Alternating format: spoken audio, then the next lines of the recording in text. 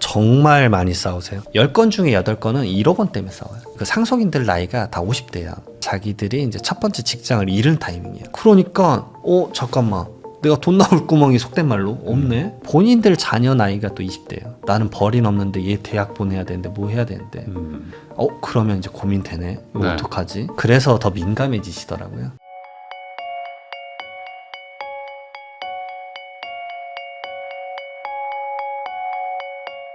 세무법인 리치 대표 세무사님이시죠. 이장원 세무사님하고 이야기 나누고 있는데요. 그 상속세 이슈가 좀 있었다가 지금 정권 바뀌고 하면서 조금 좀 조용해졌는데 어쨌든 또 연말이고 하면 또 상속세 얘기도 또 나올 것 같은데 지금 어떤 돌아가는 분위기는 상속세 개편 뭐 이런 것 좀 어떤지 좀 궁금합니다.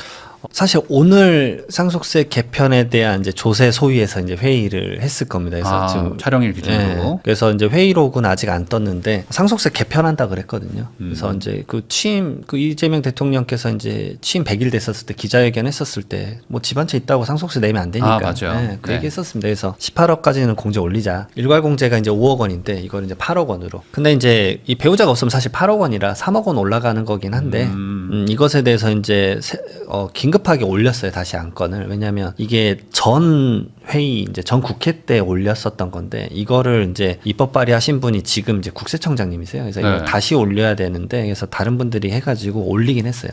급히 올려서 오늘 조세 소위했고 제가 봤을 때 별일 없어요. 이건 진짜 통과될 것 같아요. 이제는 해야 된다는 생각이 있습니다. 왜냐하면 거의 뭐 28년째 공제를 개편을 안 했었기 때문에 그래서 이 17억으로 공제가 되면은 조금 17억이 되는 거예요. 네. 18억은 아니고.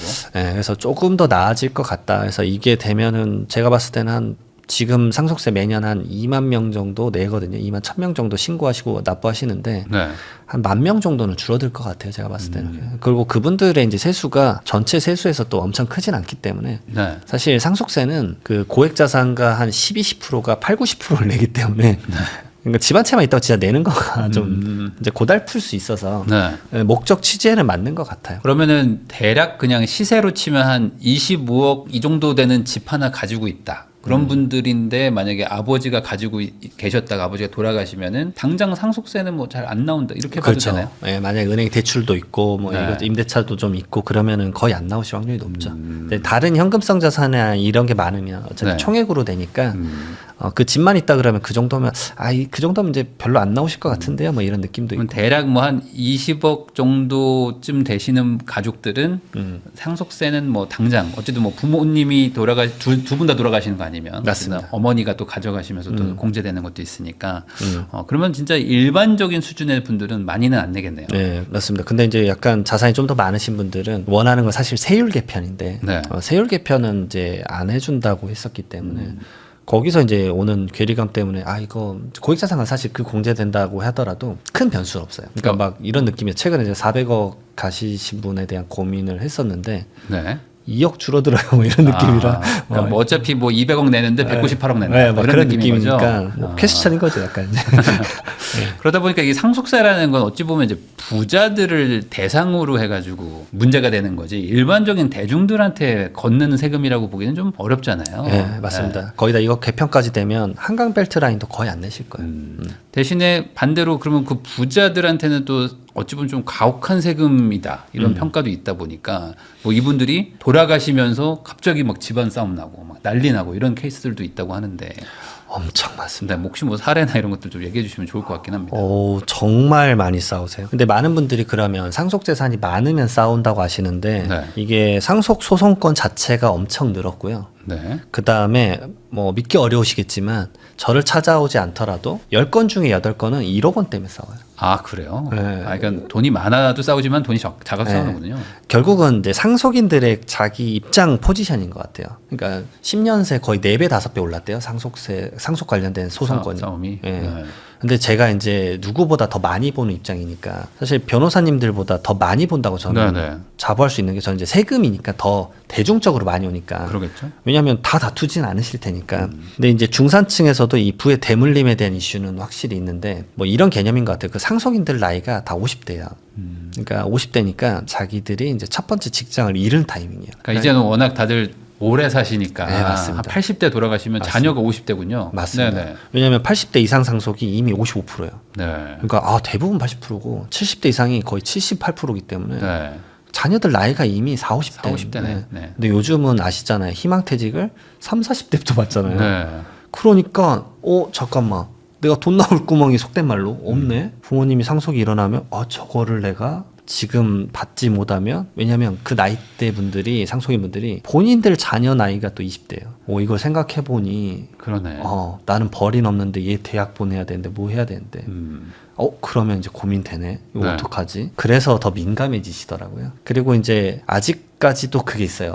장자 많이 줘야지. 네. 그러면 진짜 집안 진짜 개판 납니다. 진짜. 이거 근데 가족들, 그러니까 특히 형제들이 이게 다 경제적으로 윤택하지 않은 경우도 있고. 맞습니다. 네, 그러면 이제 또 누구 하나 몰아준다고 하면 그때부터는 사실상 이제 뭐 남보다 더 심하다고. 네. 네. 그러니까 화기애애한데도 많아요. 해서 좀 넉넉하면 막내 좀 힘드니까 막내 좀 가져가라. 너가 어머님 모셨잖아. 네. 아유 이러면 따뜻한데 네. 이제 가끔은 진짜 이런 집안도 있어. 완전 극과 극인데 그 장남이 부모님 모시지도 않았어요. 어머님 모시지도 않았는데 당연하게 다 자기 거라고 생각하시더라고요. 네. 딸이 4분, 막 5분인데 뭔 소리지? 막 이런 퀘스천이고 어머님은 당연히 장난거지 막 이런 얘기를 해요. 그러면 이제 이 집안 이제 어떻게 될지 이제 막 파노라마가 저한테 보이거든요. 사실은. 그래서 이거 쉽지 않겠는데요. 막 그런 얘기 드리고. 그러면은 그렇게 돌아가시면서 재산 분배 때문에도 많이 싸우는 것도 있겠지만 돌아가시기 전, 그러니까 이제 살아계신 분들도 상속은 또 고민이거든요. 맞습니다. 왜냐면 이제 아까 말씀하신 것처럼 세율은 지금 50% 여전히 뭐 있으니까 뭐 대충 한 100억 정도 있는 분들은 한 3, 40억 이상 막 내야 되는 구조인 거잖아요. 네. 뭐 200억 있으면 한 100억 내는 거고. 예. 그러면 이런 자산을 가지고 있는 분들도 걱정이 많아가지고 상담 많이 할 것 같아요. 엄청 많이 해요. 그리고 이제 당연하지만 이제 부모님 재산을 이제 말하는 게 터부시 돼 있어서 말씀 못 하는 경우도 많은데 저는 그건 아니라고 봐요. 왜냐하면 그 세금을 결국은 이제 상속인 분들, 자녀분들이 내야 되는데 네. 그걸 낼 여력이 어느 정도 되는지에 대해서 상속인들끼리 얘기를 나눠야 돼요. 그러니까 오빠 돈 많이 버니까 오빠가 좀 많이 내. 이거는 싸우자는 얘기거든요. 네. 근데 대부분 대한민국 상속은 부동산 기반이에요. 결국 주택이랑 막 빌딩 이런 건데 네. 그거 받았을 때 결국은 세금은 유동성으로 빨리 빠져나가야 되는데 그러면 그 부모님이 소중하게 그 키워놨던 부동산을 헐값에 팔고 있는 본인들을 보면 또 이제 무너져요. 네. 그리고 어렸을 때부터 나 평생 여기 살았는데 이걸 세금 낸다고 팔아야 돼? 네. 그러면 이제 속된 말로 이제 막 우세요. 진짜로 현타 온다고. 네. 네. 그런 거는 그런 거를 미연에 방지하려면 뭐 상속이 일어나면 어차피 세금은 고정된 거 아니야 이를 생각하시는 경우가 많은데 생각보다 그렇지 않아요. 조금이라도 일찍 오면 하다못해 제가 그런 얘기도 해요. 지금 이제 부모님 와병 중이다. 네. 내년 초라고 얘기하는데 어떡하냐. 빨리 오세요. 빨리 오십시오. 왜냐면 뭐라도 봐서 제가 도움드릴 바 있으면 말씀드리겠다. 그게 조금이라도 영향이 있어서 제 상담비보단 분명 절세가 될 거다. 네. 진짜 그래 말씀드리거든요. 미리 세팅하는 것하고 아닌 거는 천지 차이라고 하더라고요. 네, 진짜 특히 이제 있습니다. 돌아가시는 날 바로 상속세가 발생하는 기준일이 되는 맞습니다. 거죠. 예. 그러니까 그때 그 전에 세팅 안 해놓으면 그냥 다 예, 맞습니다. 받는 거예요. 하다못해 2주 전에 오신 분도 있어요. 그래서 제가 내 상담료보다 무조건 빼드리겠다. 절세를 해주겠다. 그래서 뭐라도. 뭐라도 진짜로. 그러니까 급하게 막 뭐라도 좀 도움 드린 적이 있었어요. 근데 그거는 이제 진짜 이제 돌아가시기 직전의 상황이신 분들이라면 반대로 지금 뭐 한 50대, 뭐 60대, 뭐 이 정도 되신 분들, 이런 분들은 이제 내가 죽을 때 되면 이제 여기 내 재산 한 반은 애들 줘야 되는데 그러면 이거 너무 좀 심한 거 아니냐 해가지고 요즘 뭐 부자들이 뭐 이민 간다 이런 얘기들도 있잖아요. 생각보다 요즘 저는 이제 미국은 이제 그 대통령분이 좀 이제 힘들게 만들잖아요. 다른 이민 정책이나 이런 것들을. 그래서 지금 많이 문의 있는 거 사실 두바이 진짜 두바이로? 많아요. 네. 두바이 문의 꽤 많아요. 그래서 오히려 저는 그쪽 공부 많이 하고 있습니다. 거기는 이제 거의 뭐 텍스가 프리하니까 네. 예, 그런 부분 때문에 많이 관심들을 가져 하시더라고요. 그리고 생각보다 이제 갔다 오신 대표님도 있는데 살기 생각보다 좋던데요. 뭐 여름엔 물론 이제 떼약볕이라 너무 덥다고는 하시는데 아니 나머지 계절은 살만하다. 네. 그리고 생각보다 거기가 뭐 예를 들어서 이제 직접 몸을 쓰는 직업들 있잖아요. 생각보다 뭐 의사나 네. 아니면은 뭐 그런 직업도 나이스하다고 하더라고요. 미용사. 한국의 미용 수준이 상당히 높거든요. 네. 근데 손재주 좋은데 페이는 훨씬 많이 받고 하니까 그냥 거기 가서 살겠다 이런 분들 진짜 많아요. 생각보다 많습니다. 그래갖고 이게 생각보다 시장이 좀 있구나라고 네. 느끼고 있습니다. 거기는 뭐 상속세 같은 게 없을 거잖아요. 네, 없습니다. 그러니까 그러면 여기서 재산을 다 정리하고 가는. 그렇죠. 이제 넘길 때 외국한 거래법이나 이런 것들, 외화 반출에 대해서만 너무 이제 잘못된 실수만 안 하신다 그러면 그게 문제가 되진 않고, 거기가 이제 골든 비자라고 있어요. 그래서 투자 이민 같은 거 받는 건데, 네. 그게 한 8억 5천만 원 정도 하는 것 같더라고요. 그래서 부동산 하나 사면 바로 맞습니다. 영주권 나온다고. 네, 그래서 그걸 주택을 산다라고요. 네. 그런 식으로 해서 영주권 취득을 할 수 있으니까. 그러고 나서 국내 자산을 다 현금화해서 그냥 가지고 나가면 어쨌든 세율 50%가 없어지는 거니까. 그 나라 이제 거주자 형태를 만들어야죠. 네. 우리나라 국적이 중요한 게 아니라 결국 내가 거기서 삶을 그걸로 사는 가서 거예요. 살면. 네. 근데 이제 그 부동산 두바이 부동산만 전문으로 하시는 분한테 여쭤봤는데 네. 그분은 계속 매년 나가시는데 매년 그래도 부동산 가격이 놀랍겠지만 두바이는 10%씩 올라요. 이러시더라고요. 네. 이제 아부다비는 좀 느낌이 다르대요. 근데 이제 네. 두바이는 여기는 뭐 계속 도시를 갈아엎고 있다. 계속 주택 짓고 있다. 왜냐하면 제가 몰랐는데 공부하다 알았는데 거기에 두바이는 90%가 외국인이래요. 네. 다른 나라 국적 사람들이고 네, 네. 10%가 원주민이라고 그러더라고요. 전 세계의 모든 자금을 빨아들이고 있다라는 느낌이 맞다 그러더라고요. 그래서 이거 공부해야 되겠다 여기.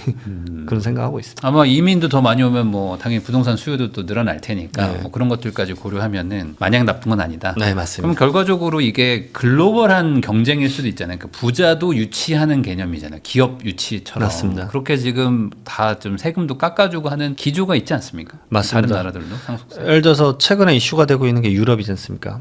프랑스는 너무 세던데 네. 부유세를 그 사람들이 가진 재산의 2%를 걷겠다 뭐 이런 얘기를 하고 있으니까 네. 거기서 뭐 실질적으로 뭐 200조를 걷겠다고 했는데 뭐 현실화되면은 사실상 한 1,600명한테 상위 부자한테 걷으면은 한 50조 걷더라고요. 그러니까 거기가 그 루이비통 그 회장 있는 데지 않습니까? 네네. 진짜 이민 가실 생각하실 것 같은데 망명할 것 같은데 거기 느낌이. 그러면은 이제 엄청나게 많은 이제 자본 이탈이 생길 것 같아요. 네. 그래서 그런 것들이 유럽도 고민하고 있으니까 왜냐하면 복지기금이 막 3분의 1씩 나가잖아요. 근데 대한민국도 이제 복지기금에 대한 이슈가 되고 있고 건보료가 올해가 내년부터 마이너스 된다고 전 얘기를 들었거든요. 네. 야 그럼 대한민국도 진짜 남 얘기가 아니네. 이런 생각도 많이 하고 있으면서 상속을 다루니까 미리미리 자녀분들 상속 받으신 분들이 그 다음에 나 죽으면 얼마 나와요? 이거 다 물어보시거든요. 그러니까 예를 들어서 상속을 받았는데 잠깐만 나도 재산 얼마 있는데 그럼 세무사님 저 죽으면 얼마입니까? 이 정도 나와요. 그러면 이제 그분들은 이제 뭐 예를 들어서 한국에 계속 계시겠다 그러면 아까 5, 60대 분들 종신보험 가입하라고 권유 많이 하고 그다음 네. 두 번째로는 진짜 이민 생각해봐야겠다 그래서 이민 진짜 세미나 들으시고 그러니까 국가 차원에서도 이걸 좀 생각해봐야 되지 않나 생각이 듭니다. 그러면은 상속세라는 게 좀 부담스럽게 나온다 정도가 한 어느 정도 자산이 있어야지 나오는 거예요. 뭐 예를 들어 뭐 30억이 있다고 해서 뭐 반 내고 이런 건 아니니까. 맞습니다. 네. 근데 이제 과세표준 30억, 예를 들어서 공제 같은 거 다 차감하고 나서 30억부터 무조건 50% 세율이거든요. 네. 근데 제가 딱 보니까 부동산 기반이면 그 과세표준이 30억 넘어가면 그때부터는 진짜 부담입니다. 왜냐하면 30억 정도면 딱 상속세가 10억 4천만 원 나오거든요. 네. 야 이거 어떻게 내요 세무사님? 그 현금 10억 내는 거죠. 네, 진짜로. 그러면 연부연납 하더라도 매년 1억 이상을 내야 되니까. 네. 그러면 이제 상속 좀비 되는 겁니다. 이제 그 상속세를 매년 1억에다가 그 가산금이 3.1%까지 하면 사실상 매년 1억 3천 정도씩 내야 되는데 그러면 그 맞벌이 부부 2명이서 진짜 그때부터 바로 학원비를 다 줄입니다. 그리고 10년간 세금을 내야 돼요. 네, 10년간 네. 박아야 돼. 그러면 이제 미치는 거죠. 음. 안 그러면 이제 집을 팔아야 되는데 그러면 집을 팔면 이제 좀 슬픈 얘기지만 다시 거기 진입 못 할 거다 너는. 그러겠죠. 예, 왜냐면 이것저것 차 떼고 포 때문에 20억 남는데 다시 진입하려면 너가 갖고 있던 10억을 또 그걸 사야 되는데 쉽지 않을 건데요. 뭐 이런 얘기를 할 수밖에 없죠. 그러면은 과세 표준 30억이라는 거는 뭐 대충 그냥 시세로 치면은 한 뭐 4, 50억 정도. 50억 네. 자산가들은 네. 부담되는 수준이 되는 예, 거군요. 그렇죠. 근데 이제 주택 가격이 기존에 비해서 껑충 뛰어버렸으니까 사실 강남에 계신 분들도 많이들 놀라세요. 아니 네. 이거 1억 5천에 샀는데 이게 50억이라고? 왜냐면 이제 그 당시에 막 공무원분들이 막 네. 미분양 아파트 사고 막 그러셔서 그냥 쭉 지내신 분들 많잖아요. 그분들의 자녀분들은 이제 이걸 못 받는 거예요. 네. 거기서 오는 괴리감이 커서 그래서 그 자녀분들은 내가 그래도 평생 여기 살았는데 여기를 다시 못 지내네. 여기에 대해서 이제 많이 좀 슬퍼하시는 것도 좀 있습니다. 그 상속 얘기 나올 때 항상 문제되는 게 말씀하신 것처럼 이제 한 동네에 오래 사셔가지고 이제 뭐 2억에 샀는데 막 40억대 있고 이러잖아요. 그러면은 지금 장기 보유 특별공제라는 걸로 해서 한 양도세를 뭐 한 80% 깎아주니까 돌아가시기 전에 이제 빨리 팔아야 된다. 뭐 이렇게 하시는 경우도 있는데 이 장기 보유 특별공제도 지금 그러니까 좀 낮출 수 있다. 혜택을 좀 줄이겠다라는 얘기들도 좀 맞아요. 정치권에서 나오고 있단 말이에요. 근데 지금 보유세는 높이면 거래세는 낮춰야 되잖아요. 네. 근데 이것까지 낮추는 건 좀 이제 심하지 않을까. 물론 이제 이게 압도적으로 많은 혜택을 준다라고 볼 수 있는데 사실 이것의 목적은 혜택이 아니라 거주 이전의 자유입니다. 헌법에. 네. 왜냐하면 내가 예를 들어서 가격이 올라간 건 시장이 이제 올린 건 맞지만 40억이 돼서 팔았는데 세금을 예를 들어서 일반 세율이면 이 정도 차익이면 진짜 10억은 낼 거예요. 실효세율 25%는 나올 테니까. 네. 그러면 다시 10억을 내고 30억 가지고 일반 세율로 다른데 이제 30억짜리 들어가는 건데 그러면 내가 원하던 똑같은 형태의 거주 이전을 못 하는 거잖아요. 네. 근데 이제 1세대 1주택에 보유랑 거주 80% 받아서 그 정도 되면 세금이 한 1억 정도 나올 거거든요. 1, 2억. 네. 그러면 이 정도면 좀 이전하는데 좀 원활할 건데 그것을 막는 게 맞을 것인가? 저는 개인적으로 좀 그 의견이기는 해요. 왜냐하면 그 사람의 삶의 질이 떨어지는 게 맞을 것인가? 그러면 점점 그 물건을 안 파는 동결 효과가 생겨버리잖아요. 매물 네. 잔금이 생겨버리니까. 그럼 그게 원하는 수요를 공급을 만드는 것인가? 그 관점에서도 좀 생각을 해봐야 되지 않을까? 이것도 뭐 미국처럼 뭐 이렇게 팔고 또 새로 사면은 뭐 더 비싼 걸 사면은 뭐 일부 유예를 해준다든지 뭐 이런 식으로 하면 좋을 것 같은데 맞습니다. 말씀하신 것처럼 그 감면폭이 너무 크니까 그냥 세금 내라라고 해버리면은 아주 극단적으로 얘기해서 A 단지 살다가 뭐 옆 단지로 가고 싶어도 못 가잖아요. 이제 양도세 내고 취득세 내면은 못 가니까. 네. 그래서 이제 주거 이전이 안 된다는 얘기죠. 그래서 만약에 이게 개편이 된다 그러면 분명 한 1년 정도 예고를 해줄 것 같아요. 네, 그렇습니다. 그래서 이게 결국에 이제 세금이라는 거는 어떤 그 합리적인 기준을 가지고 이제 구조를 짜놔야지 사실 그거에서 이제 적정하게 내고 하는데 이제 너무 막 과도하거나 하면은 이제 다들 이제 자기 입장 되면 편법을 쓰고 막 하잖아요. 이제 그러다 보니까 이제 좀 합리적인 구조로 좀 짜면 좋겠다. 그런 생각이 좀 드네요. 아까 그거까지만 말씀을 좀 드리면 너무 세금이 세지면 여기서 편법을 하는 게 아니라 여기 판을 벗어납니다. 그게 이제 아까 말씀드렸던 뭐 두바이 이민이나 이렇게 돼버리기 때문에 나라 차원에서도 로스일 수 있으니까 조금 이제 고민을 해보시는 게 어떨까. 그러면 이제 마지막으로 상속은 내 얘기 아니다라고 생각하시는 분들도 사실 많거든요. 네. 근데 말씀하신 것처럼 상속세가 문제가 아니라 돌아가시면 자식들도 싸우고 하니까. 맞아요. 결국에 이 상속이라는 것도 미리 대비를 해야 될 것 같은데 언제쯤부터 대비를 하면 좋다 뭐 이런 게 있을까? 저는 우선은 최대한 빨리. 그리고 최대한 요즘에 빨리. 이제 집 한 채 있다 그러면 부모님 건강할 때라도 상담 받아라. 근데 이게 진짜 많이 늘어났어요. 예전에 상속 상담 아무도 안 했거든요. 네. 그러니까 사전 상속 상담이라고 하는 건데 그냥 예측이라도 해보시는 거예요. 그래서 예를 들어서 5년간 그러면 집 가격이 이렇게 올라가면 공제가 되더라도 제가 세금을 내나요? 이런 것들에 대해서 좀 알아보셔야 될 것 같고 왜냐하면 이걸 생각해야 됩니다. 이번에 17억으로 혹시나 개편이 되더라도 네.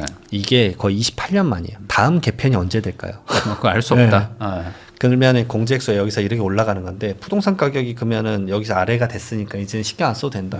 어차피 이렇게 올라가실 그렇죠. 건데. 또 10년, 20년 지나면 또 올라가죠. 네, 어차피 올라가면 그때는 또 호흡이 달라질 건데 근데 우리나라는 증여하고 나서 이 상속재산에 합쳐지는 게 10년이 지나야 되니까 이 호흡을 생각을 한다 그러면 차라리 일찍 좀 준비해야 되고 그다음에 건강하실 때 해야 되는 게 뭐냐면 부모님이 이제 예를 들어서 요즘 이제 경증 치매가 엄청 많으니까 네. 치매 걸리기 시작하면 그때부터 형제들이 이제 느낌이 좀 달라져요. 빨리 저 재산을 막 이렇게 느낄 수도 있거든요. 네. 그러니까 부모님 입장에서도 운전하실 때 가르마를 좀 태워주시는 게 진짜 필요하다라고 말씀드려요.